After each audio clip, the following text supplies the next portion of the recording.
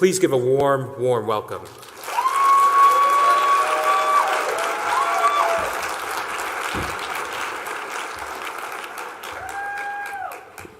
Over the past couple years, our minds have consumed countless information on the coronavirus, mask mandates, vaccines, and PPE.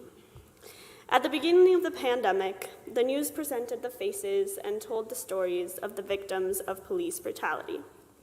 Social media became a mural showcasing Breonna Taylor, George Floyd, and other victims of institutional racism. Lockdown and the BLM movement brought the urge to fight against the wrongdoings of our government, and we gained an interest in fighting for social justice for all. COVID highlighted the disparities between BIPOC communities and their white counterparts. Even more, it stressed the gap between American citizens and immigrants. While the citizens of our country lived in fear of the novel virus, migrants outside of our borders became trapped in Mexico, fearing not only for their health, but for their life. In March of 2020, the United States closed its borders to stop further spread of the virus. We all believed no one was going into or out of our country. However, the border was actually closed to what is called non-essential travel. This meant that American citizens who worked across the border could freely cross, and companies that transport important goods and resources could continue their operations. But asylum hearings for men, women, and children looking for refuge in the U.S. were halted. Asylum seekers were forced to stay in Mexico during the duration of our country's lockdown, in an unfamiliar place. The government claimed borders were closed to non-essential travel. But who is to say that these individuals' search for a better life is not essential? They are quite literally looking for the most basic need, a safe place to live. At Loyola Marymount University, we have De Colores, a program that holds mainly faith-based service immersion trips to Tijuana, Mexico. Last year, I served as a student leader and got to plan out virtual trips to the US-Mexico border.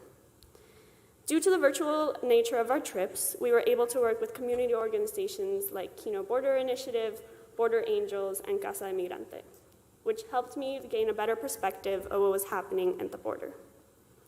During our first De Colores with Kino, I met Eleuteria, a middle-aged Mexican mom who told us of her immigration journey.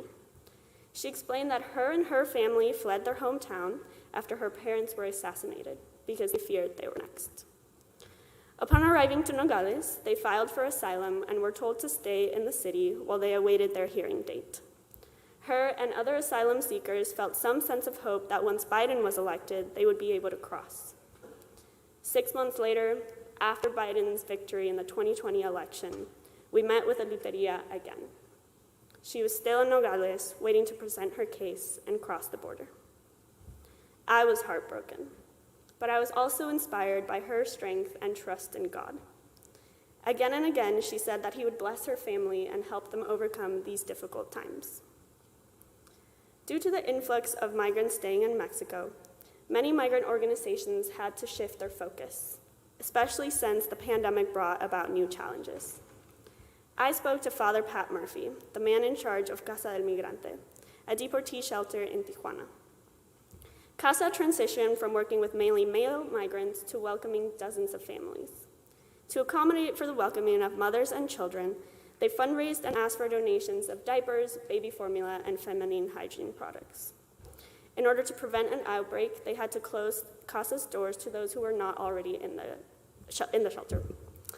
Father Pat was heartbroken to turn away the migrants, so they decided to serve to-go meals for those outside their gates. He felt frustrated that the U.S. government would not let migrants' families through, but he also spoke of better days post-COVID. While people awaited their asylum hearings, towards the later part of the pandemic, there was another type of migration happening: vaccine tourism. The COVID-19 vaccines are not as accessible in other countries as they are in the U.S. And since there's so many people refusing to get vaccinated, the U.S. has many doses to give away. At the international terminal in LAX, there are several NGOs offering free vaccines to those arriving to LA. So, those privileged enough fly to the U.S., stay for a month or so in order to get fully vaccinated against COVID. Meanwhile, there are migrants who have waited over a year to enter the United States, not for a vaccine, but for a better life. COVID sees no borders, and its implications spread far beyond any man-made division. The virus uprooted the lives of many and only heightened the struggles migrants faced in their attempts to reach U.S. soil. Nevertheless, migrants face several barriers not only crossing the border, but accessing basic needs once in the U.S. Language barriers, racism, and prejudice prevent migrants from receiving proper social resources, such as healthcare. The pandemic unveiled the healthcare disparities in BIPOC communities, and more importantly, between documented and undocumented migrants. Though this pandemic will end eventually, hopefully, the struggles faced by migrants and BIPOC communities will continue. Whether you are pursuing a career in healthcare, law, social work, or whatever it may be, you will interact with these communities. So, you will be given the opportunity to help them in some capacity. However, to help them properly, you must increase your cultural competency and awareness of the unique challenges these communities face. This means paying closer attention to the immigration policies passed by our administration, increasing your exposure to BIPOC communities, and learning how to help them gain equitable and fair access to social resources. As a Latin American immigrant myself, I aspire to become a physician that works primarily with immigrant communities so that I may help them access adequate health care.